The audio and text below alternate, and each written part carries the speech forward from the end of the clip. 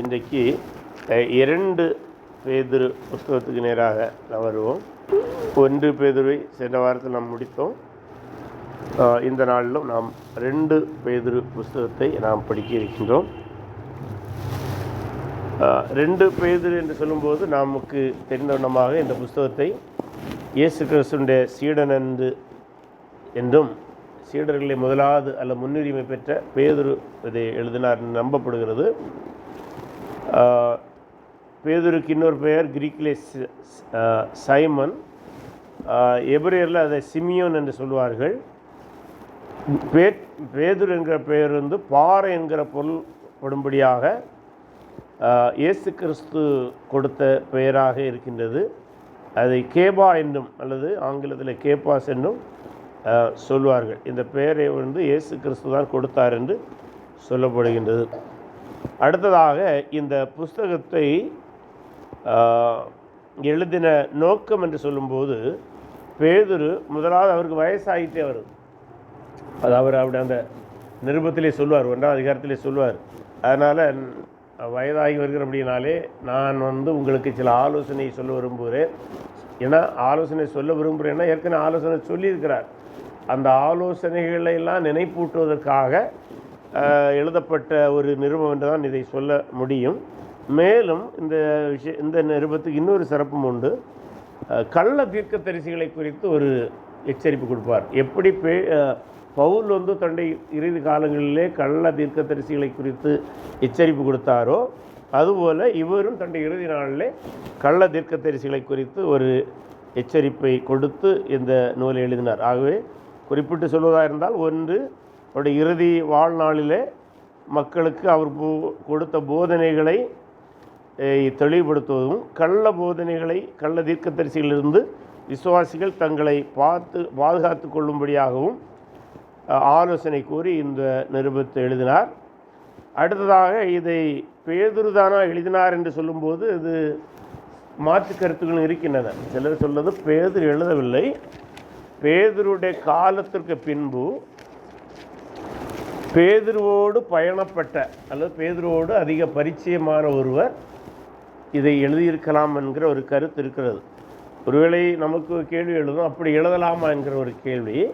அதுக்கு அவங்க என்ன சொல்கிறாங்கன்னா, நம்ம கூட இன்றைக்கி சில புஸ்தகங்கள் எழுதி நம்ம டெடிகேட் பண்ணுவாங்க இல்லை, இந்த புஸ்தகத்தை ஒரு ஆளி இவருக்காக நான் அர்ப்பணம் செய்கிறேன் என்று. அது பழங்காலத்தில் இருந்தது. பழங்காலத்திலே அப்போ எழுதி பேதுருக்கு இது அர்ப்பணிக்கப்பட்ட நூல் என்று கருதுகளும் இருக்கிறாங்க.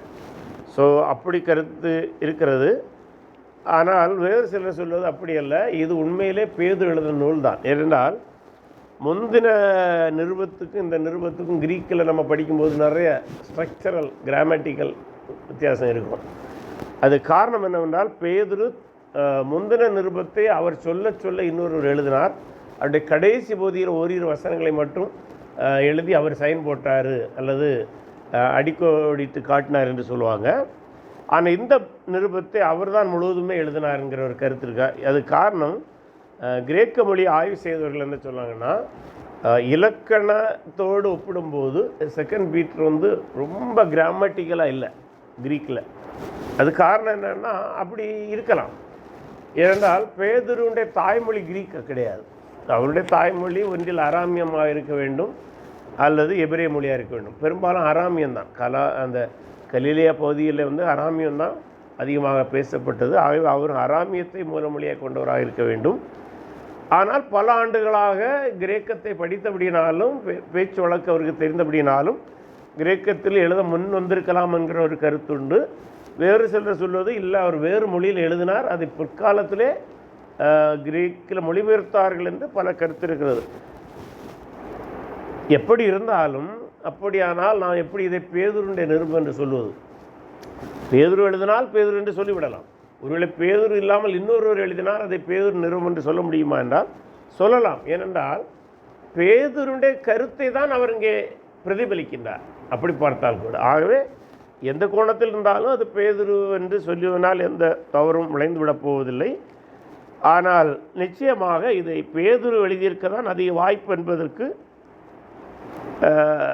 ஏன்னா பேதுரு எழுதவில்லை என்று சொல்லலாமே தவிர பேதுரு எழுதவில்லை என்று நிரூபிப்பதற்கு போதிய சான்றுகள் இல்லை, ஒரு ஆர்கியமெண்ட் தான். ரெண்டாவது, பாரம்பரியமாக இதை பேதுரு எழுதினார் என்று சபை நம்பி வருகிறது, அதையும் நம்ம மறுக்க முடியாது. மேலும் அவர் தன்னுடைய மரணத்துக்கு முன்பாக கிபி 64 அல்லது 65 வாக்கில் இதை எழுதியிருக்கலாம் என்று சொல்கிறார்கள். இவ்வளமாக இந்த புஸ்தகத்தை குறித்து இந்த இத்தனை அறிமுகம் போதும். இன்னும் சொல்வதாக இருந்தால், இயேசு கிறிஸ்துவின் 2ஆம் வருகை தாமதமாவதை குறித்து கேள்விகள் வந்தது. அதுக்கும் அதை பதில் கொடுத்து அவர் அதை எழுதுகின்றார். இனிமேல் நம்ம அந்த நிருபத்திலே ஓரிரு வசனங்களை படிப்போம். படித்த பின்பு நாம் தொடர்ந்து தியானிக்கலாம். முதல் 7 வசனங்களை நாம் படிப்போம். நம்முடைய தேவனும் இரட்சகருமாயிருக்கிற இயேசு கிறிஸ்துவின் நீதியால் எங்களைப் போல அருமையான விசுவாசத்தை பெற்றவர்களுக்கு இயேசு கிறிஸ்துவின் ஊழியக்காரனும் அப்போஸ்தலனுமாகிய சீமோன் பேதுரு எழுதுகிறதாவது, தேவனையும் நம்முடைய கர்த்தராகிய இயேசுவையும் அறிகிற அறிவினால் உங்களுக்கு கிருபையும் சமாதானமும் பெருக கடவுது. தம்முடைய மகிமையினாலும் காருண்யத்தினாலும் நம்மை அழைத்தவரை அறிகிற அறிவினாலே ஜீவனுக்கும் தேவபக்திக்கு வேண்டிய யாவற்றையும் அவருடைய திவ்ய வல்லமையானது நமக்கு தந்தெழுதமன்றி இச்சையினால் உலகத்தில் உண்டான கேட்டுக்கு தப்பி திவ்ய சாபத்துக்கு பங்குள்ளவர்களாகும் பொருட்டு மகா மேன்மையும் அருமையான வாக்குத்தத்தங்களும் அவைகளினாலே நமக்கு அருளப்பட்டிருக்கிறது. இப்படி இருக்க நீங்கள் அதிக ஜாக்கிரதை உள்ளவர்களாய் உங்கள் விசுவாசத்தோடைய தைரியத்தையும், தைரியத்தோடைய ஞானத்தையும், ஞானத்தோடைய இச்சையடக்கத்தையும், இச்சையடக்கத்தோடைய பொறுமையையும், பொறுமையோடைய தேவபக்தியையும், தேவபக்தியோடைய சகோதர சிநேகத்தையும், சகோதர சிநேகத்தோடைய அன்பையும் கூட்டி வழங்குங்கள். முதல்ல இனி சற்று தியானித்த பின்பு தேவையானால் நம்ம அடுத்த வசன பகுதிகளை படிக்கலாம். முதலாவது நாம் 1ஆம் வசனத்துக்கு மீண்டும் வருவோம். நம்முடைய தேவனும் இரட்சகருமாயிருக்கிற இயேசு கிறிஸ்துவின் நீதியால். இந்த வசனத்தினுடைய முதல் வாக்கியத்திலே அல்லது ஃப்ரேஸிலே அல்லது சொற்றொடரிலே நம்முடைய தேவனும் இரட்சகருமாயிருக்கிற இயேசு கிறிஸ்துன்னு வருகிறது. நீங்கள் ஆங்கிலத்தில் படித்தீங்கன்னா ஒருவேளை காட் அண்ட் சேவியர்னு வரும் நினைக்கிறேன். இப்போது இந்த யெகோவா சாட்சியை போன்ற சில குழுவினர் இயேசு தேவன் இல்லை என்று வாதிடுவார்கள், பைபிளில் அப்படி இல்லை என்று சொல்வார்கள். இந்த வசனம் ஆனால் என்ன தெளிவாக சொல்லுவாங்க, நம்முடைய தேவனும் இரட்சகருமாக இருக்கிறார். அதாவது கிரீக்கில் படிக்கும்போது ஆல்மோஸ்ட் இங்கிலீஷில் கிராமர் பொருந்தும். அப்படின்னா 2 நபர் என்றால் 2 ஆர்டிகிள் அதுக்கு முன்னால் வரும். ஃபார் எக்ஸாம்பிள் நம்ம இங்கிலீஷில் சொல்லும்போது த மேனேஜர் அண்ட் செக்ரட்டரின்னு சொல்கிறோன்னா த மேனேஜர் அண்ட் செக்ரட்டரி ஒரு ஆர்டிகிள் தான் இருக்குது, ஆனால் 2 பதவியை நம்ம சொல்கிறோம். அப்படியானால் 2 பதவியும் வகிக்கிறவர் ஒருவர். அதை விட்டு த மேனேஜர் அண்ட் த செக்ரட்டரின்னு சொன்னோன்னா த மேனேஜர் வேறு, த செக்ரட்டரி வேறு, 2 நபர். அதுதான் இங்கேயும் பார்க்கும்போது காட் அண்ட் சேவியர். அதாவது நம்முடைய ஒரு தேவனும் அல்ல நம்முடைய ஒரு இரட்சகரும் அப்படியும் வரல. ஒரே ஆர்டிகிள் தான் இந்த 2க்கு முன்னே வருகிறது. தேவன் என்கிற பெயருக்கு முன்பும் இரட்சகர் என்கிறதான அந்த டைட்டிலுக்கு முன்பும் வருகிற ஒரு ஆர்டிகிள். அப்போது இந்த 2 பேரும் ஒருவர் தான். அப்படியானால் இயேசு கிறிஸ்து தேவன் தான். இது ரொம்ப முக்கியமானது. ஏன்னா யெகோவா சாட்சி போன்றவர்கள் என்ன சொல்லுவாங்கன்னா, பைபிளில் தேவனே இயேசு தேவன் எங்கேயுமே சொல்லலை, இப்போ தான் சிலர் 4ஆம் நூற்றாண்டுக்கு பின்பு ஏத்தனேசிஸ் போன்றவங்க அதை பூத்திட்டாங்க. அப்படி அல்ல. ஆதி சபையிலிருந்தே இயேசுவை தேவனாகவும் இரட்சகராகவும் பார்த்திருக்கிறார்கள். முதல் நூற்றாண்டிலிருந்தே பார்த்திருக்கிறார்கள் என்பதை நாம் இங்கிருந்து காண முடியும். நம்முடைய தேவனும் இரட்சகருமாயிருக்கிற இயேசு கிறிஸ்துடைய நீதியால். அப்படின்னா என்ன? நமக்கு தெரியும், மனிதன் பாவியாக இருக்கின்றான். பாவத்தின் சம்பளம் மரணம். ஆனால் அதிலிருந்து மீட்கப்பட வேண்டும் என்றால் நம்முடைய சுயநீதியினால் நாம் மீட்கப்பட முடியாது. சுயநீதினானது நாம் நற்கிரிகளை செய்து நம்முடைய நற்கிரிகளெல்லாம் தேவனுக்கு பிரியமாகி அதன் மூலம் இவன் நல்லவன் என்று தீர்மானித்து நம்ம பரலோகத்துக்கு போக முடியாது. ஏனென்றால் எசையாவில் ஒரு வசனத்தில் படிக்கும்போது நம்முடைய நீதிகளெல்லாம் அழுக்கான கந்தைகளாக இருக்கிறன்னு பார்க்கணும். அப்படியானால் மனிதன் எப்படி மீட்கப்பட முடியும்? அதனால தான் வசனம் சொல்கிறது, நம்முடைய தேவனுடைய நீதியை நாம் பெற வேண்டும், நம்முடைய இரட்சகருடைய நீதியை பெற வேண்டும். அப்படியானால் அது யார் மூலம் பெற முடியும் என்றால் அது இயேசு கிறிஸ்துவின் மூலம் தான் பெற முடியும். அப்படியானால் இயேசு கிறிஸ்து நீதினாலே எங்களைப் போலன்னா சிங்குலரில் அவர் சொல்லலை, எங்களைப் போல என்று சொல்லும்போது பெரும்பான்மையான அறிஞர்கள் சொல்வது அவர் சக அப்போஸ்தலர்களை மனதில் வைத்து பேசுகின்றார். கிறிஸ்தவர்களை இன்னும் சொல்லலாம், ஆனால் சக அப்போஸ்தலர்களை மனதில் வைத்து பேசுகிறார். அடுத்தது அருமையானங்கிற வார்த்தை, இங்கிலீஷில் ஒரு வேளை ப்ரீசியஸ்ன்னு நினைக்கிறேன், இந்த வேலை ப்ரீசியஸ்ங்கிற வேலை தானே இருக்குது ஆங்கிலத்தில். ஆமாம், ப்ரீசியஸ் அப்படின்னா, ஆமாம் ப்ரீசியஸ். அதில் வந்து என்ன சொல்கிறாங்கன்னா, அது கிரீக்கில் அதுக்கு மீனிங் வந்து சம மதிப்புள்ள. இங்கே வந்து விலையேறப்பட்ட மீனிங்கில் வருகிறது, அல்ல அருமையானங்கிற மீனிங்கில் வருகிறது. பட் எங்களைப் போல சம மதிப்புள்ள விசுவாசத்தை, அப்படின்னா எங்களிடம் இருக்கிற விசுவாசம் எவ்வளவு சிறந்ததோ அதுபோல தான் உங்கள்கிட்டையும் விசுவாசம் இருக்குது. அப்போ உங்கள்கிட்ட இருக்கிற விசுவாசத்துக்கும் எங்கள்கிட்ட இருக்கிற விசுவாசத்துக்கும் எந்த வேறுபாடும் இல்லை. இது ரொம்ப கவனிக்கணும். இன்றைக்கி அநேக ஊழியர்கள் தங்களுடைய சபையில் இருக்கிற மக்கள் தங்களை விட விசுவாசத்தில் குறைந்தவர்களாக கருதுகிற ஒரு வழக்கம். உதாரணத்துக்கு அற்புதங்கள் ஒன்றும் ஜெபம் பண்ணுவாங்க, அற்புதம் எதுவும் நடக்கலைன்னா அது உங்களுக்கு விசுவாசம் குறைவு. அப்படி பழியெல்லாம் தூக்கி சபை மக்கள் மீது அல்லது சக கிறிஸ்தவர்கள் மீது போடுவாங்க. ஆனால் பேதுரு பாருங்க, அப்படி அல்ல. எங்களிடம் இருக்கிற விசுவாசத்துக்கு அளவு அதே மதிப்புமிக்க விசுவாசம் உங்களிடம் இருக்கு. அப்போ விசுவாசிகளோட விசுவாசம் வேறு, எங்களிடம் இருக்கிற விசுவாசம் வேறுன்னு அவர் காட்டலை. கிறிஸ்து இயேசுக்குள் ஒருவன் விசுவாசம் வைப்பானால் அது எல்லாருக்குள்ளும் அந்த விசுவாசம் சமமாக தான் இருக்கும். இப்போ உதாரணமாக நான் இயேசு கிறிஸ்து விசுவாசிக்கிறேன் என்று சொல்வேன் என்றால், உண்மையாக விசுவாசிப்பேன் என்றால், எனக்குள்ளாக எவ்வளவு விலையேறப்பட்ட விசுவாசம் இருக்கிறதோ அந்த விசுவாசம் தான் உங்களுக்குள்ளாக இருக்கும். அதுபோல் உலகத்தில் யாரெல்லாம் இயேசு கிறிஸ்து என்னுடைய பாவத்துக்காய் மரித்தார், அடக்கம் பண்ணப்பட்டார், உயிர்த்தெழுந்தார், அவரே இந்த உலகத்தின் ராஜா என்று யாரெல்லாம் நம்புகிறார்களோ அவர்களுக்குள்ள அனைவருக்குள்ளும் இருக்கிறது ஒரே சம அளவிலான விலையேறப்பெற்ற மதிப்பான விசுவாசம், குறைவொன்றும் கிடையாது அப்படி சொல்லார். ஆகவே அருமையான விசுவாசத்தை பெற்றவர்களுக்கு இயேசு கிறிஸ்துவின் ஊழிய காரணம் இங்கே வந்து தன்னை டுலோஸ் என்கிற கிரீக் வார்த்தையில் சொல்லார். டுலோஸ் என்ற அடிமைங்கிறதான் வார்த்தை. அடிமை ஊழியம் செய்கிறவனாக தன்னை கருதினார். பாருங்க, அப்போஸ்தலருமாக தன்னை ஒரு பக்கத்தில் அடிமை, இன்னொரு பக்கத்திலே அப்போஸ்தலன் என்றால் அனுப்பப்பட்டவனுமாகிய சீமோன் பேதுரு எழுதுகிறார். அதாவது சீமோன் என்பது அவனுடைய இயற்பெயர், பேதுரு என்பது இயேசு கிறிஸ்துவுக்கு சூட்டிய பெயர். அந்த ரெண்டு பெயரையும் அவர் குறிப்பிட்டு எழுதுகின்றார். சொல்லாரு. அடுத்தது, தேவனையும் நம்முடைய கர்த்தராய் இயேசுவையும் அறிகிற அறிவினால் உங்களுக்கு கிருபையும் சமாதானமும் பெருகிறது. இந்த வாழ்த்துதல் ஆல்மோஸ்ட் புதிய ஏற்பாட்டு சபையுடைய வாழ்த்துதல். பவுலுடைய நிருபங்களிலும் இதே தொனியில் அந்த வாழ்த்துதல் இருக்கும். அதில் பாருங்கள், முக்கியமாக நம்ம கவனிக்க வேண்டியது, பவுலுக்கு நிருபங்களையும் நீங்கள் படிச்சீங்கன்னா இதே வாழ்த்து தான் இருக்கும்.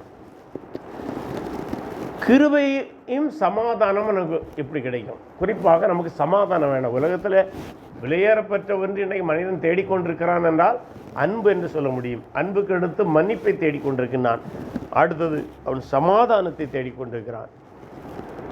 ஆனால் சமாதானம் எப்படி கிடைக்கும் பாருங்க, தேவனையும் நம்முடைய கர்த்தராகிய இயேசுவையும் அறிகிற அறிவு.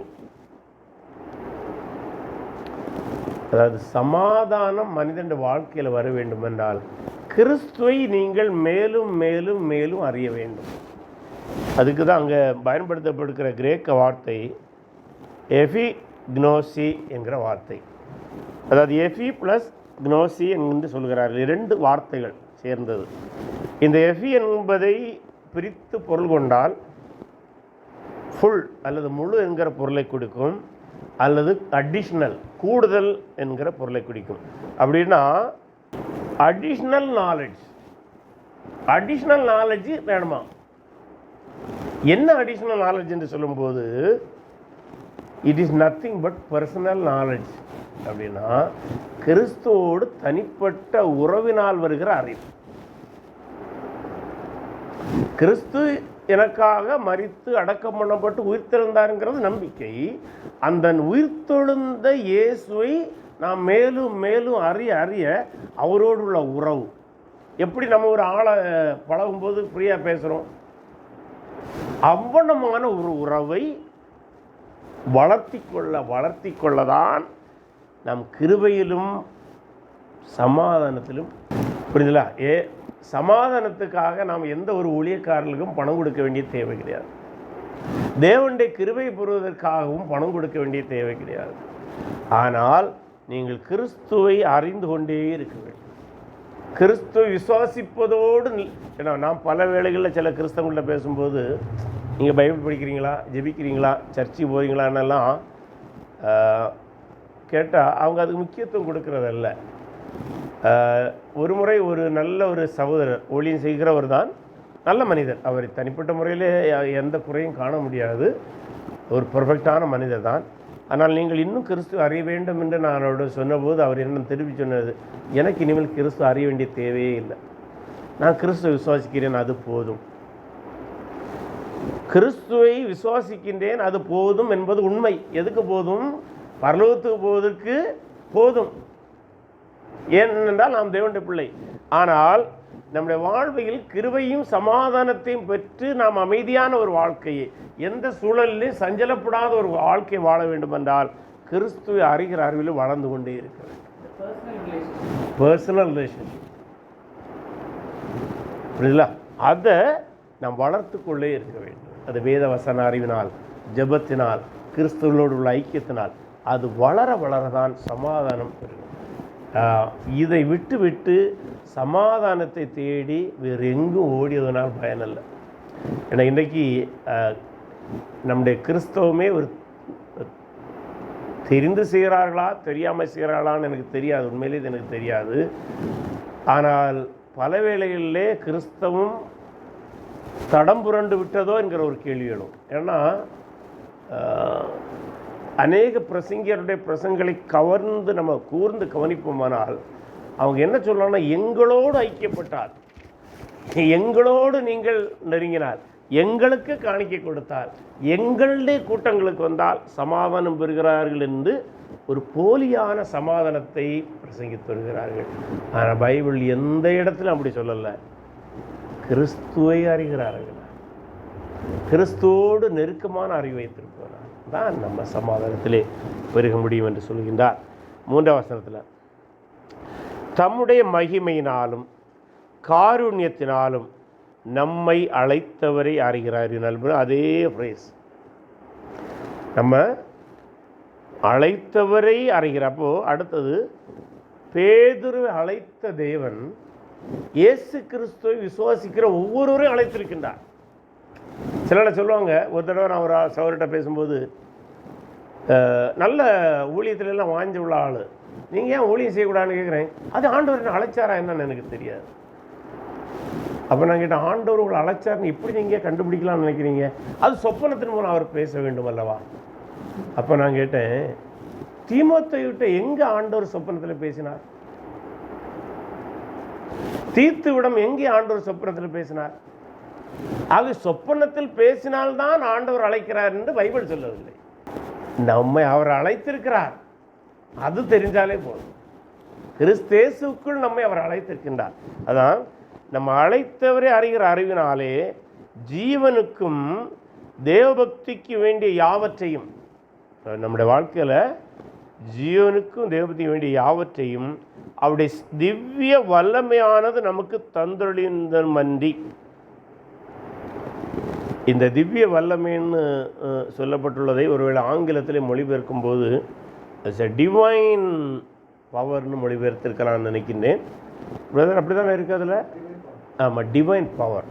இது இந்த டிவைன் பவருங்கிற வேர்டு டைனமேயஸ் அல்லது டைனமோன்னு நம்ம சொல்கிறோம் இல்லை, டுனாமிஸ். ஆக்சுவலாக டுனாமிஸ் என்கிற ஒரு கிரீக்க வார்த்தையுடைய ஒரு வடிவம்தான் இங்கே வல்லமை என்று மொழிபெயர்க்கப்பட்டுள்ளது. இந்த டொனாமிஸ் என்கிற வார்த்தையிலிருந்து தான் 2 ஆங்கில வார்த்தைகள் வந்துள்ளது. ஒன்று டைனமோ, இன்னொன்று டைனமைட். டைனமோக்கு வேலை என்னது? அது சுழலும் போது அது மின் விசையை உருவாக்கும், அதன் மூலம் மின்சாரம் உருவாகி வெளிச்சத்தை உண்டாக்கும். அப்போது அதுக்கும் அந்த வல்லமைங்கிற அந்த வார்த்தை தான். அப்போ நம்முடைய வாழ்க்கையிலே வெளிச்சம் ஒன்று அடைய வேண்டும் என்றால் தேவனுடைய வல்லமை செயல்பட வேண்டும். அதே போல தான் அந்த டைனமைட்னா என்னது? அது வெடிகுண்டு, வெடிக்க செய்கிற ஒரு பொருள்.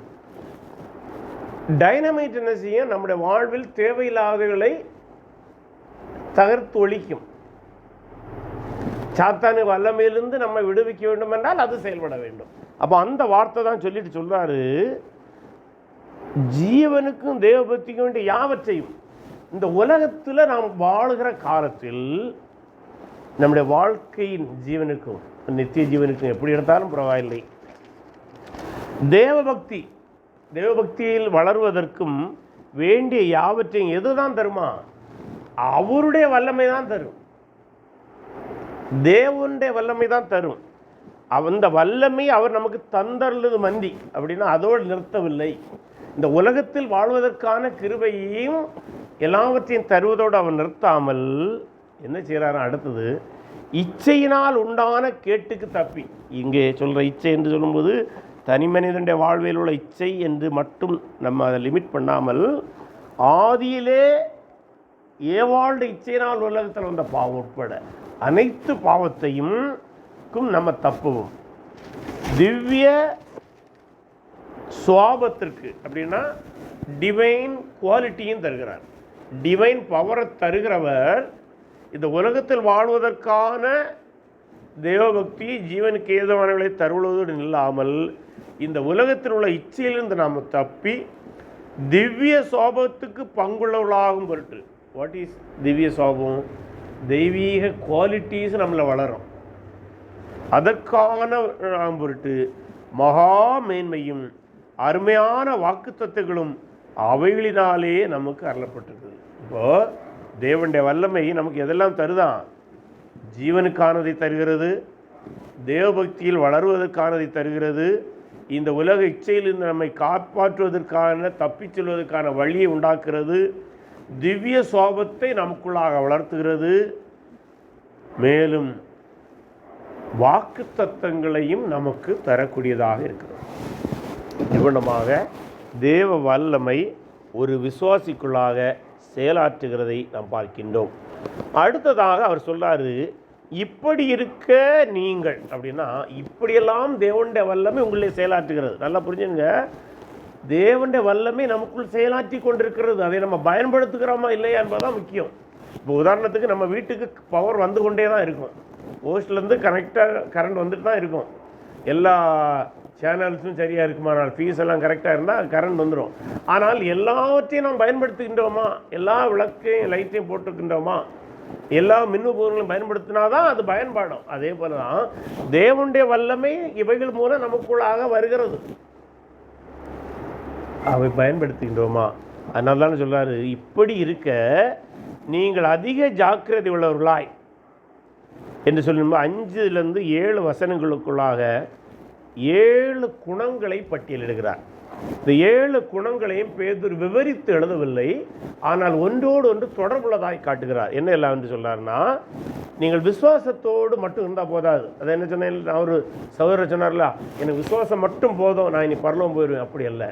விசுவாசம் இருக்கின்றவன் என்ன செய்யணுமா? தைரியத்தோடே. முதல்ல அவனுக்கு தைரியம் வேணும். அது ஆங்கிலத்தில் குட்னஸ்ன்னு அப்புறம் மொழிபெயர்த்திருக்கிறாங்க. குட்னஸ் தானே. ஆமாம், அதாவது அது என்ன சொல்கிறதுன்னா, அது மாரல் பியூரிட்டினால் வருகிற தைரியம்.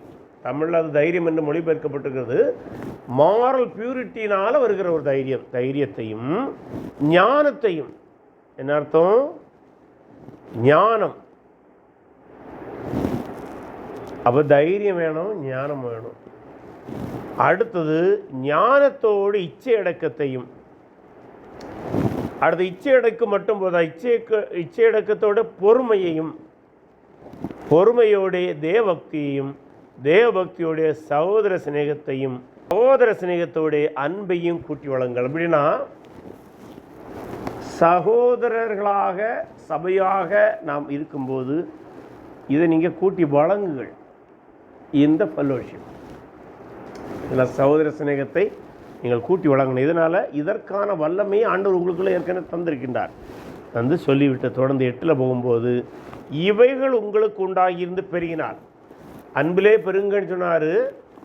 அதுபோல் இயேசு அறிகிற அறிவிலே பெருக சொல்கிறாரு. அடுத்து இவைகள் உங்களுக்கு உண்டாகியிருந்து பெருகினால் உங்களை நம்முடைய கர்த்தராகிய இயேசு கிறிஸ்துவை அறிகிற அறிவிலே என்ன செய்ய முடியாது? அறிவிலே வீணரும் கனியற்றவளமாயிருக்க ஒட்டாது. அப்படின்னா நம்முடைய வாழ்க்கையிலே நாம் பிறருக்கு அல்லது நமக்கே நாம் பயனுள்ளவர்களாக இருக்க வேண்டும் என்றால் இந்த குணாதிசயங்களை நாம் தொடர்ந்து வளர்த்து கொள்ள வேண்டும். எப்படி கிறிஸ்துவை அறிகிற அறிவினாலே நமக்கு சமாதானம் பெறுகிறதோ அதுபோல் இந்த குணாதிசயங்களை நாம் வளர்த்து கொள்ளும்போது நாம் பிறருக்கு பயனுள்ளவர்களாய் மாறுகின்றோம். அதான் கண்ணியற்றுள்ளாக இருக்க ஒட்டாது. அப்படின்னா இது ஒரு நெகட்டிவில் சொல்லப்பட்டிருந்தாலும் அதனுடைய பொருள் நீங்கள் கனி உள்ளவர்களாக இருக்க முடியும். இவர்கள் பெருகும்போது நீங்கள் கனி உள்ளவர்களாக இருக்க முடியும் என்பதை சொல்கிறது. கனி உள்ளவர்கள் என்கிற வார்த்தை வேறொன்றும் இல்லை. கனி என்கிற வார்த்தையை நம்ம சற்று, அது ஒரு உருவக வார்த்தை. கனியோட வேலை என்னது? பிறர் வாழ தன்னை அழிக்கும். பழத்தை சாப்பிட தானே செய்கிறோம், அதுதான் கனிக்கு வேலை. அப்படி என்னால் it will be helpful to others. பிறருக்காக தன்னை கொடுக்கிற குணம்தான் கனி. இவைகள் இல்லாதவன் எவனோ, அடுத்த சொல்வார், இவைகள் இல்லாதவன் எவனோ அவன் முன் செய்த பாவங்கள தான் சுத்திகரிக்கப்பட்டதை மறந்து கண் சொருகி போன குருடனாக இருக்கிறான். சிலர் இந்த வசனத்தை எடுத்து வைத்துக்கொண்டு அவிவிசுவாசிக்கு சொல்லப்பட்ட வசனம் என்றும் சிலர் சொல்கிறாங்க. அதாவது நாட் ட்ரூலி பார்ன் அகெயின் என்கிற சிலர் விளக்குறாங்க.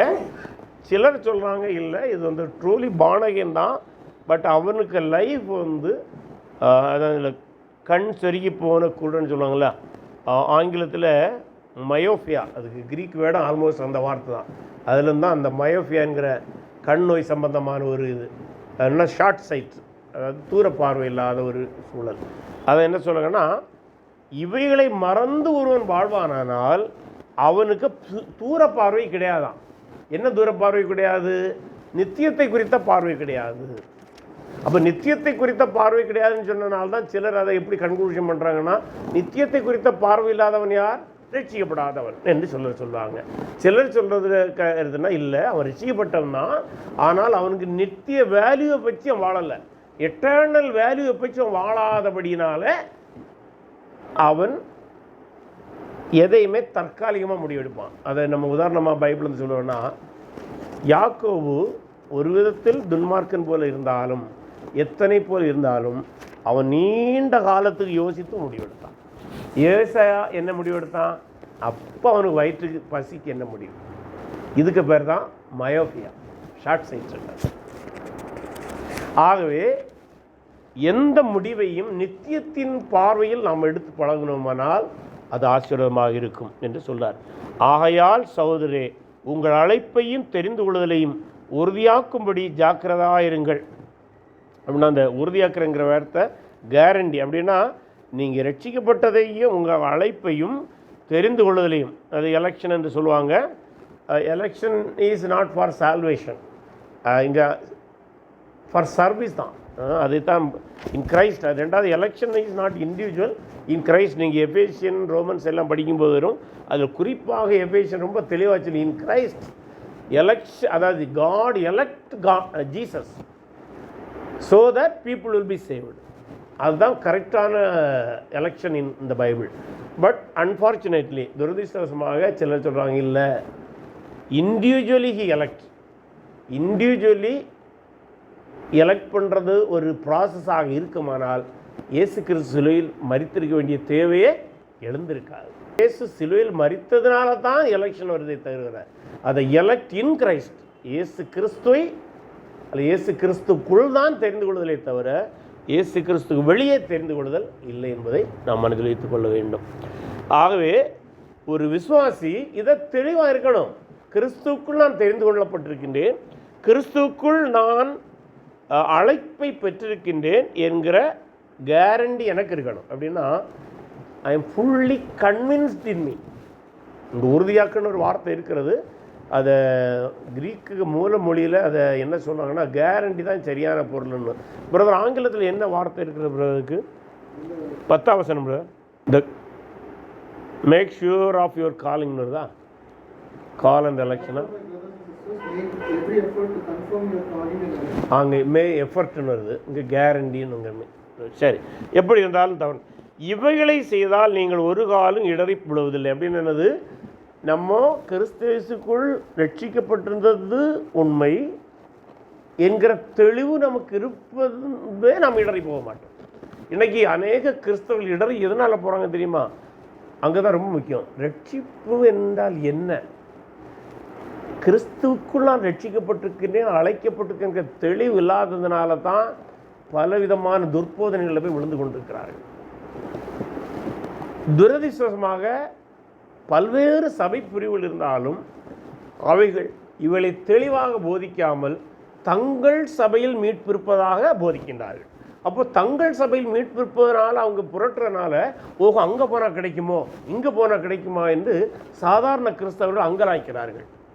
ஆனால் என்ன சொல்லணும்? கிறிஸ்துக்குள்ளே தான் தெரிந்து கொள்ளுதல், கிறிஸ்துக்குள்ளே தான் ரட்சிப்பு, கிறிஸ்துக்குள்ளே தான் அழைத்தல் என்பதை நம்ம தெளிவுபடுத்தும் போது அவ்வித குழப்பங்களிலிருந்து நாம் விடுவிக்கப்படும். அது மட்டுமல்ல, அது சொல்ல 11ஆம் வசனம், இவ்விதமாய் நம்முடைய கர்த்தரும் இரட்சகருமாயிருக்கிற இயேசு கிறிஸ்துவுடைய நித்திய ராஜ்யத்துக்குட்படும் பிரவேசம் உங்களுக்கு பரிபூர்ணமாய் அளிக்கப்படும். அப்படின்னா இந்த தெளிவு இருக்கிறது உங்களுக்கு என்ன செய்தியும் தெளிவுபடுத்தும். நீங்கள் ராஜ்யத்துக்குள்ளே போவீங்க. இயேசு கிறிஸ்து அமைக்க இருக்கிற ராஜ்யம் இன்றைக்கி அதே ஸ்பிரிச்சுவல் கிங்டமாக மட்டும் நம்ம பார்க்குறோம். ஆனால் முதல் நூற்றாண்டில் they strongly believed kingdom will be established by Jesus Christ on the earth. பூமியிலே ராஜ்யத்தை மேசியா ஸ்தாபிப்பாருங்கிற தெளிவான பார்வை பேதுரு உட்பட அனைவருக்கும் இருந்தது. அது ஒரு கற்பனை உலகம் அல்ல, அது ஒரு வெறும் ஒரு ஸ்பிரிச்சுவல் கான்செப்ட் அல்ல. அதில் அப்படி அவங்க நினைக்கவே இல்லை. தெளிவாக இங்கே மேசியா ஆட்சி அமைப்பார், அந்த ராஜ்யத்தில் நீங்கள் போவீர்கள்ங்கிற தெளிவு உங்களுக்கு வேணும். அது கிறிஸ்து மேல் வைக்கிற அன்பு, கிறிஸ்து மேல் வைக்கிற விசுவாசம், கிறிஸ்துவை மேலும் மேலும் அறிகிறதுனால அதை குறித்த உறுதி தெளிவு உங்களுக்கு இருக்கணும். அப்படி இருந்தால் நீங்கள் கனியுள்ளவர்களாக மட்டும் இங்கே இடறியும் போக மாட்டீங்கன்னு சொன்னார். அதனால்தான் எந்த போதகரும் இந்த உறுதியை மக்களுக்கு கொடுக்க மாட்டாங்க. ஏன்னா உறுதியை கொடுத்தா அடுத்த போன வாரத்தில் அவர் பாஸ்டர்கிட்ட பேசிகிட்டு இருந்தேன். அவர் சொன்னார், மீட்பு இவ்வளோ உறுதின்னு கொடுத்தா எவன் சபைக்கு வருவான்? ஆக அவனை தொடர்ந்து பயப்படுத்திகிட்டே இருக்கணும். உண்மையாக சொன்ன ஒரு பாஸ்டர் சொன்னார், அவன் தொடர்ந்து கிறிஸ்தவர்களை பயப்படுத்தி கொண்டு இருந்தோம் என்றால் அவர்கள் சபைக்கு வருவார்கள். அப்படி பைபிள் சொல்லு. பைபிள் சொல்லுது அவனை உறுதிப்படுத்தி கொண்டே இரு, அவனுக்கு தேவ அன்பை காட்டிக்கொண்டே இரு, அவனு நிச்சயத்தை கொடுத்து கொண்டே இரு. அப்போதான் அந்த உறுதியில் மேலும் மேலும் வளருவான். ஆனால் என்னென்ன சொல்லுது, துர்ப்பாக்கிய நிலையிலே விசுவாசிகளை பயப்படுத்தி கொண்டிருந்தால் சபை வளரும், அவன் கிறிஸ்தவத்தில் நிற்பான்னு சொல்லு. அப்படி இல்லை. முதல் நூற்றாண்டில் அவங்க அப்படி பயப்படுத்தவே இல்லை. இந்த உறுதி, இந்த நிச்சயத்தை கொடுத்து கொண்டு இருந்தார்கள். ஆகவே அவர்கள் கிறிஸ்தவத்தில் வளர்ந்து கொண்டிருந்தார்கள். ஆனால் இன்னைக்கு ரிவர்ஸாக போய் போடுகிறாங்க. இல்லை, தவறு, அது தவறான ஒரு பார்வை. ஆகவே அடுத்து சொல்ல 12ஆம் வசனத்தில், இது நிமித்தம் இவைகளை நீங்கள் அறிந்தும் நீங்கள் இப்பொழுது அறிந்திருக்கிற சத்தியத்தில் உரிப்பட்டிருந்தும் உங்களுக்கு இவைகளை எப்பொழுது நினைப்பூட்ட நான் அசதியாகிறேன். அப்போ இதெல்லாம் உங்களுக்கு தெரியும், ஆனால் நினைப்பு விட்டுக்கிறேன். மீண்டும் தான் சொன்னார்ல, அவருக்கு ஒன் ஆஃப் த பர்பஸ் என்னது, அவருடைய நோக்கத்தில் ஒன்று நினைப்பு விட்டுதல். ஏன்னா இனி அவருடைய வயசு சென்று போகிறார். அதான் அடுத்த வசனத்தில் எழுதுகிறார், நம்முடைய கர்த்தராகிய இயேசு கிறிஸ்து எனக்கு அறிவித்தபடி நான் என் கூடாரத்தை விட்டு போவது சீக்கிரத்தில் நேரும் என்று அறிந்து. அப்போ ஆண்டவர் ஒரு உணர்வை கொடுத்துருக்கலாம், சீக்கிரத்தில் நீ மரித்து போகிற எண்ணம் அவருக்கு வந்திருக்கலாம். அறிந்து இந்த கூடாரத்தில் நான் இருக்கும் அளவும், இந்த இடத்துல அவர் சொல்கிற கூடாரம் தன்னுடைய சரீரத்தை, கூடாரத்தில் நான் இருக்கும் அளவும் உங்களை நினைப்பூட்டி எழுப்பிவிடுவது நியாயம் என்று எண்ணுகின்றேன். மேலும் நான் சென்று போன பின்பு இவைகளை நீங்கள் எப்பொழுதும் நினைத்து கொள்ள ஏதுவாக இருக்கும்படி பிரயத்தனம் பண்ணுகிறேன். அந்த பிரயத்தனத்தினால தான் இந்த எழுதுகிறார். நான் போன பின்பும் இதை நீங்கள் நினைக்கணும் என்பதுக்காகத்தான் இந்த பிரயத்தனத்தைப்படுகிறேன், நான் இதை எழுதுகிறேன். அப்போது விசுவாசி கிறிஸ்துவில் உள்ள அழைப்புலையும் உறுதியாக இருக்கணும். அதுதான் உங்களுக்கு பயன். அதை விட்டு விட்டு நீங்கள் சஞ்சலம் அடைஞ்சிங்கன்னா உங்களுக்கு எந்த பயனும் கிடையாது. தொடர்ந்து சொல்லும்போது அடுத்த சொல்லாரு, நாங்கள் தந்திரமான கட்டுக்கதைகளை பின்பற்றுவதாக அல்ல. காரணம் என்னென்னா, இது ரொம்ப முக்கியம். இங்கே இருந்து தான் அந்த கள்ள தீர்க்கதரிசிகளுக்குள்ளாக அவர் போகிறார். இது நாஸ்டிக்ஸ் என்கிற ஒரு சமயம் கிறிஸ்தவத்தின் மீது ஒரு பெரிய தாக்கத்தை ஏற்படுத்தினது. அவங்க நாஸ்டிக்ஸ் பல்வேறு கருத்துக்களுடைய ஒரு குரூப்பாக தான் இருந்தாங்க. ஒரே கருத்தை எல்லாரும் வச்சுருந்தாங்கன்னு சொல்லவும் முடியாது. தமிழ் அதை ஞானவாத மார்க்கம்னு சிலர் மொழிபெயர்க்கிறார்கள். அவர்கள் கிறிஸ்துவை குறித்து பல்வேறு கட்டுக்கதைகளை சொன்னாங்க. சொன்னது மட்டுமல்லாமல் அவருடைய வாழ்க்கை முறையும் தவறாக இருந்தது. அதனால்தான் அதை மேலே அவர் டச் பண்ணிக்கிட்டு இங்கே வரார்.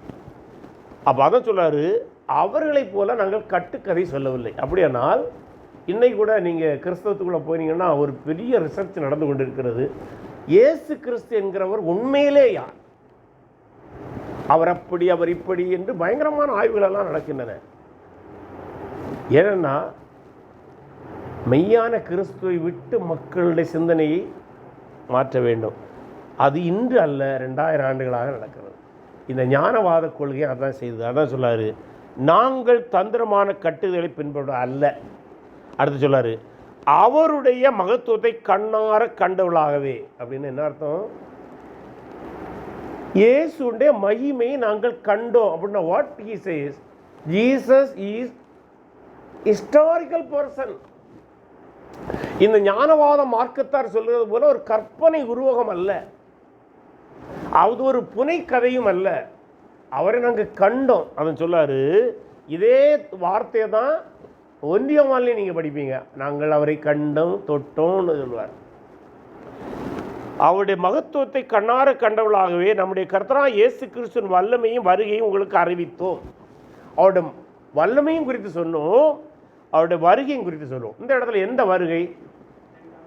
2வது வருகை. அவர் ராஜ்யத்தை அமைக்க வருகிற வருகை. ரொம்ப முக்கியம். பார்த்துடுங்க, பேதுரு என்ன கேட்டார் பெந்தேகோஸ்து நாளுக்கு முன்னால்? இக்காலத்திலா ராஜ்யத்தை தருவீர். ஆகவே முதல் நூற்றாண்டு சபை தெளிவாக இருந்தார்கள், மேசியா வந்து ராஜ்யத்தை அமைப்பார். 2வது வருகை. இப்போது சபை எடுத்துக்கொள்ளப்படுகின்ற ஒரு கருத்து உண்டு, அது அவர் இங்கே பேசலை. அதனால தான் பலர் சொல்கிறது சபை எடுத்துக்கொள்கிற கருத்தே பைபிளில் இல்லை, அது பிற்காலத்தில் வந்து ஒரு போதனை என்று. அப்படி அல்ல. சபை எடுத்துக்கொள்ளப்படுதலை குறித்து கருத்துக்கள் இருக்கின்றன, அதை யாரும் கவனமில்லாமல் விட்டார்கள். ஏன் கவனமில்லாமல் விட்டார் என்றால், இயேசு தங்கள் வாழ்நாளிலே வந்து ராஜ்யத்தை அமைப்பாருங்கிற எண்ணம் இருந்தபடினாலே இந்த ரெண்டுக்கும் உள்ள வித்தியாசத்தை கவனிக்காமல் விட்டு விட்டார்கள். கிறிஸ்துவின் வருகை தாமதித்த போது பிற்காலத்தில் வந்த வேத அறிஞர்கள் அதை கண்டுபிடித்தார்கள். ஆகவே சபை எடுத்துக்கொள்ளப்படுதலை பற்றி இங்கே சொல்லவில்லை. ஆகவே சபையை எடுத்துக்கொள்ளப்படுதல் என்கிற ஒரு போதனையே துர்போதனை என்று இதை வைத்து நாம் முடிவுக்கு வர வேண்டிய தேவையில்லை.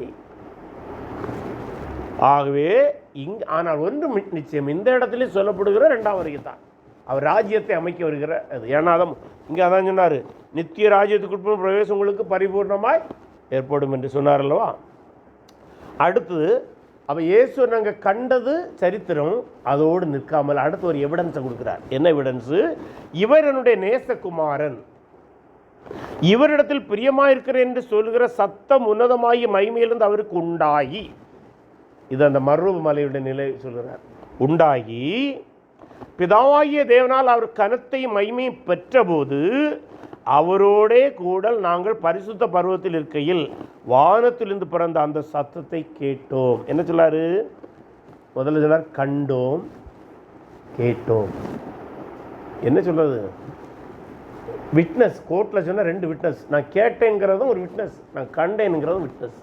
அப்போ இயேசு கிறிஸ்துவை மட்டும் நாங்கள் காணவில்லை, பிதாவுடைய சத்தத்தையும் கேட்டோம்.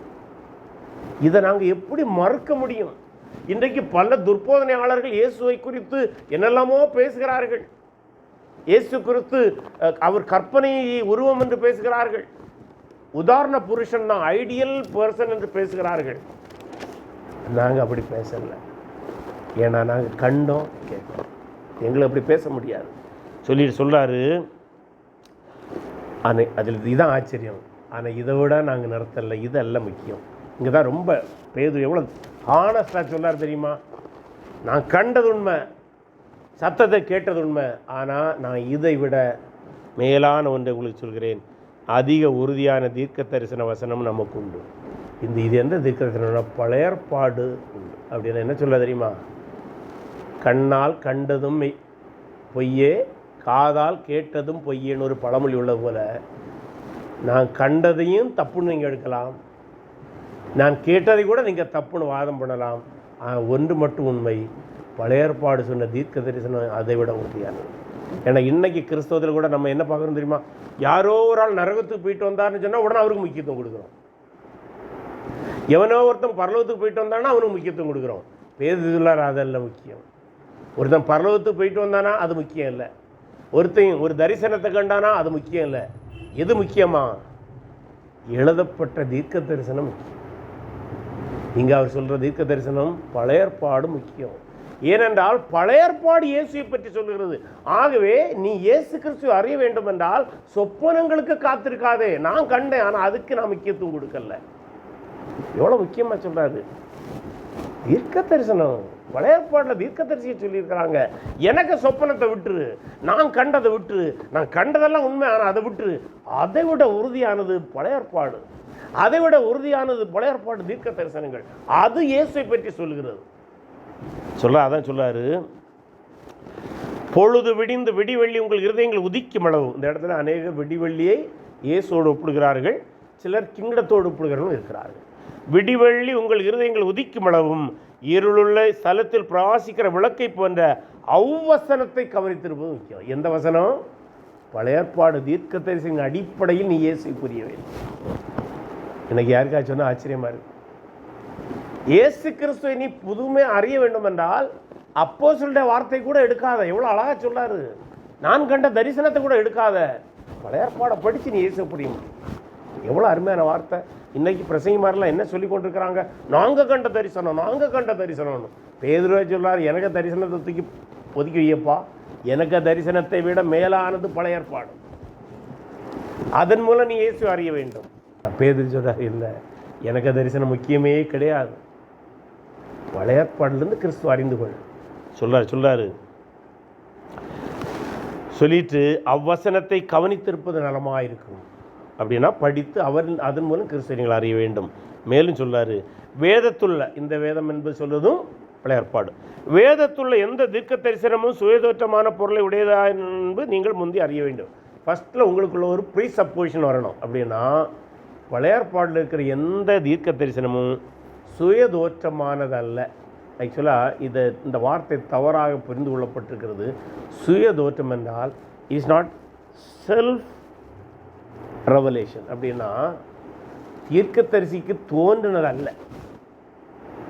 தீர்க்கதரிசிக்கு சுயமாக ஒன்று தோன்றி அதான் அவன் எழுதுனதல்ல, அதான் அதுக்கு பொருள். இல்லை, எனக்கு ஏதோ ஒன்று தோணும், இயேசு கிறிஸ்து பனையிலே ஏறுறதே போல நான் கண்டேன் என்றால் அது என்னது? எனக்கு சுயத்தில் வந்தது. இயேசு எங்கே பனை ஏறினார்? இப்படி தீர்க்கதரிசிகள் சுயமாக தோன்றவில்லை. என்ன சொல்லாரு? அதுக்கு அவங்களுடைய சுயமாக தோன்றது அல்ல, அதான் சுயதோற்றமான பொருள் அல்ல, அவங்களுக்கு சொந்த எண்ணத்தில் வந்ததல்ல. தீர்க்க தரிசனமானது ஒரு காலத்திலும் மனுஷனுடைய சுத்தத்தினாலே உண்டாகவில்லை. திரும்பவும் இன்னைக்கு தமிழ்நாட்டின் சுவர்களெல்லாம் தீர்க்க தரிசன கூடுகை என்று சொல்கிறார்களல்ல, அந்த தீர்க்க தரிசனம் அல்ல. பழைய ஏற்பாட்டு தீர்க்க தரிசனம் எதுவும் மனுஷனுடைய சித்தத்தில் உண்டாகிறது. தேவனுடைய பரிசுத்த மனுஷர்கள்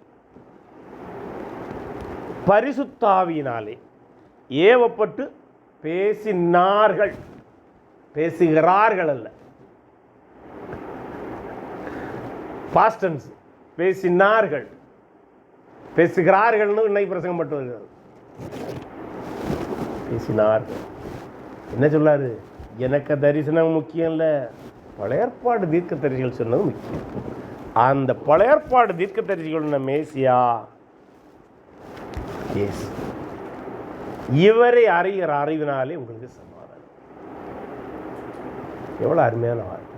கர்த்தருக்கு சித்தமான அடுத்த வாரத்தில் நம்ம அடுத்த அதிகாரத்துக்கு செல்லலாம். இப்போது உங்களுடைய கருத்துக்கள் ஏதாவது இருக்குமானால் பகிர்ந்து கொள்ளலாம்.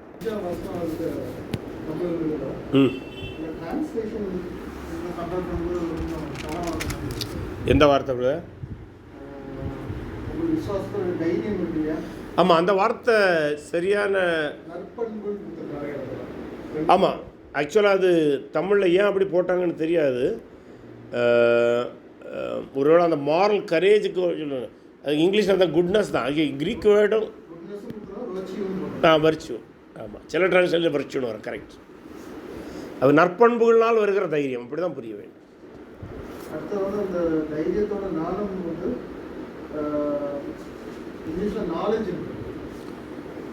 அது ஞானத்தை தானே. ஆமாம் ஆமாம், எபிஸ்ட் அந்த வார்த்தை தான் வரும்.